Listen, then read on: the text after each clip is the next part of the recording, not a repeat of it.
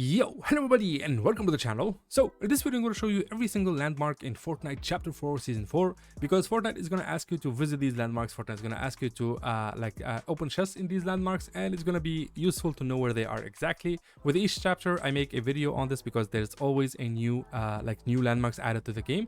So the ones in the names in white, as you can see, are the main POIs. So we have Relentless Retreat right here. Let me just zoom out. So Relentless Retreat, Frenzy Field, Mega City, Naughty Nets, Kenjutsu Crossing, Slappy Shores, Rumble Ruins, Creaky Compound, Eclipsed Estate, and Shady Sills, and of course Sanguine Suites and Brutal Bastion. The only three new POIs that have been added are the Sanguine Suites, Eclipsed Estate, and Relentless Retreat. I forgot to mention Breakwater Bay right here.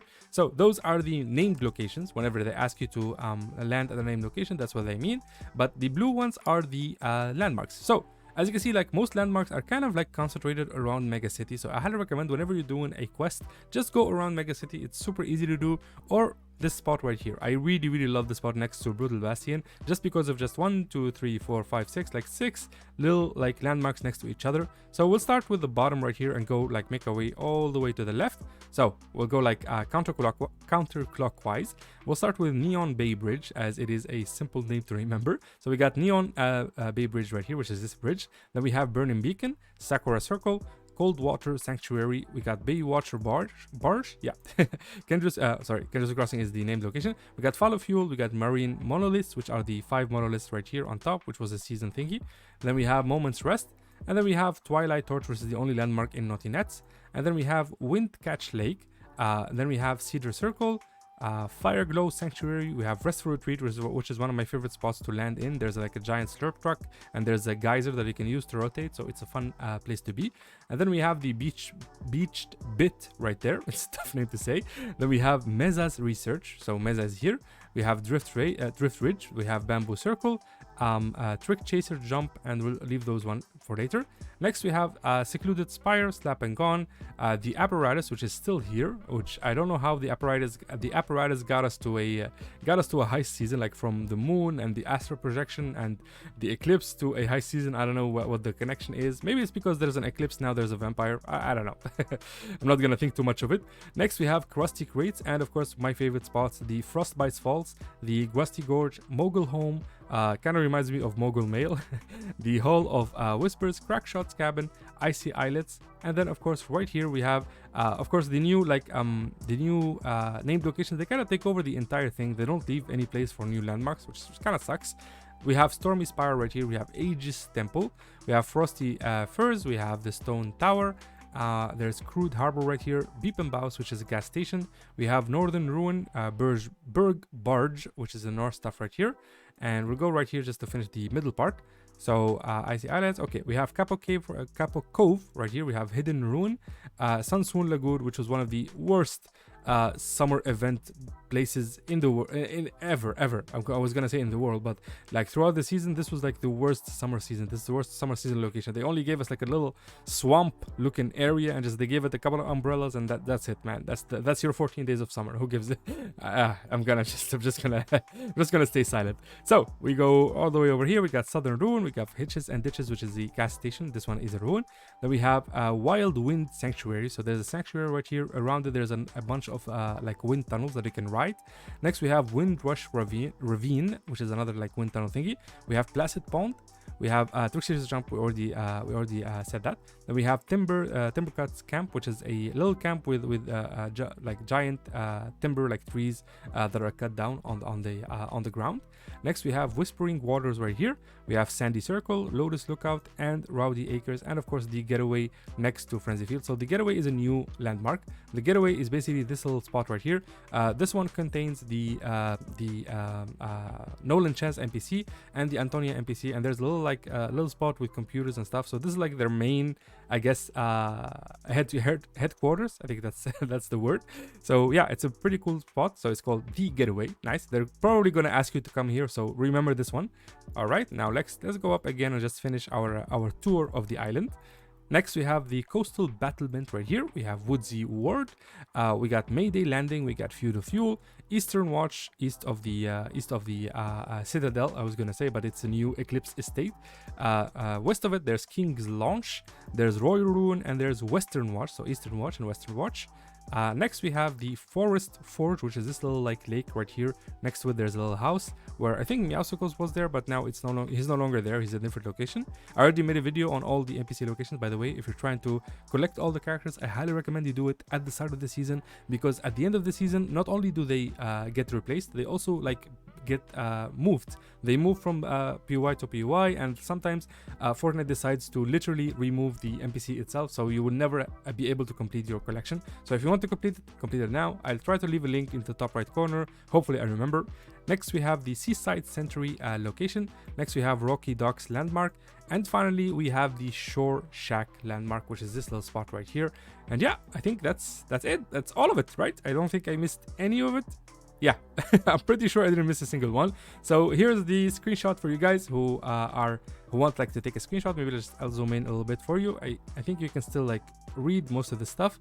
So yeah, you can take a screenshot of this if you want. Just save it on your phone or your desktop or whatever, and you can just go back to it whenever you feel like it. You could just name it Chapter 4 Season 4 Landmark, and whenever they ask you to go to a certain landmark, just open the screenshot and look at it. Or you can also go back to this video. That would be a much better thing for me. But yeah, that's pretty much it. I really hope you guys like found this kind of videos helpful. I do make them every season, so whenever there's a new season or a new map, I would make this video. So I really hope you guys like it. It takes a while to make, so if you like it, please consider subscribing, please consider liking the video, and if you are a true G or a top G or whatever the wording is, please consider sharing it on social media, because it really helps a lot with exposure and stuff like that. Also, if you want to support me and want to help me keep making these videos, there are two main ways to support me that like, go directly to me, which are the creator code, which I don't usually plug because I'm a failure of a YouTuber. I don't really plug it that much. I just leave it at the end of the video and I forget. So this is my code if you want to use it. Of course, it doesn't have to be mine. You can use somebody else's, but as long as you use someone's code, it's always good. So mine is Fruit. As you can see, it's literally like my YouTube name without the spaces. So just write Fruit and you click accept, and it will work, as you can see. Also, the other way to support me is through Patreon. Here we are. So this is my Patreon page, as you can see. Believe it or not, I do have one. I made it like a year ago, but it's not like I don't have any Patreons, as you can see, because I don't really advertise it enough, if any. But now I made it like I revamped it. I updated it with the new like channel thumbnail and the channel like theme and everything. And I made a couple of tiers that you can choose from, like the membership tiers and everything. To go to my Patreon page, you'll find the link in the description box below of this video and every video. Basically, you'll find like Patreon and then the link. Just click the link and you'll be taken here, and you can just choose whatever like tier that you want to support me with. You can start with $3 all the way to whatever you can afford, and you can just you can end up like with your name, for example, in every video, like at the end of every video, or a shout out to your channel if you have like a YouTube channel if you want. So it's all up to you. It all depends on you. I don't like usually do this because like I really like I never really cared about like doing this kind of stuff, but yeah, since now we have a community and now like people actually care about the channel, and I think I can now ask like those who are true fans to maybe, if you want to like support me, then please consider it. If you can afford it, of course. If you can't, then you're in the same boat as me, man. So I'm not asking anything from you, of course. But yeah, that is pretty much it. I don't like usually like plug this stuff, so this is gonna be a once in a month thingy, maybe. Like I'm not gonna do it every day, don't worry, this is not gonna be a thing. It's basically just me trying to look out for the channel as much as I can and trying to get as much exposure as I can. So more Patreon members, more people using the code, more people sharing the videos on social media, it's all good for the channel, because like the algorithm recognizes that this channel is getting a lot of traction and people actually care about it, and yeah, it basically just plays favoritism, right? Like if people care about the channel, then YouTube cares about the channel, and then Google cares about the channel, and then basically a lot of people get to see the channel. So that's how it basically works. And yeah, that is pretty much for this video.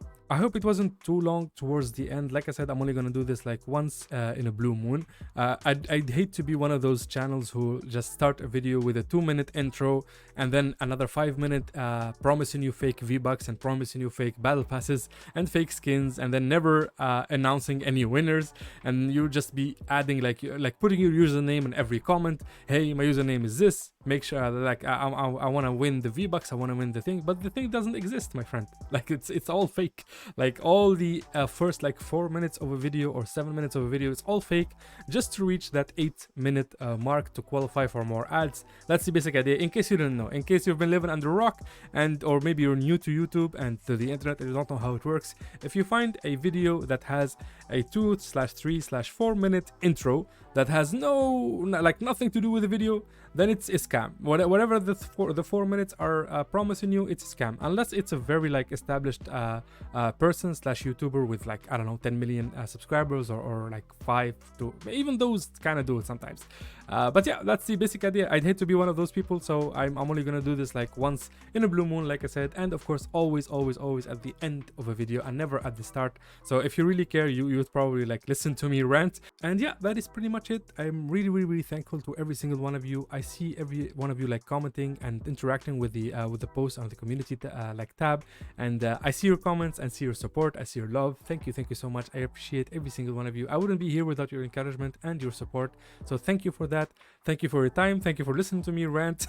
I don't usually rant, but here it is. I guess it's a first. And yeah, have a wonderful day / night. Bye bye.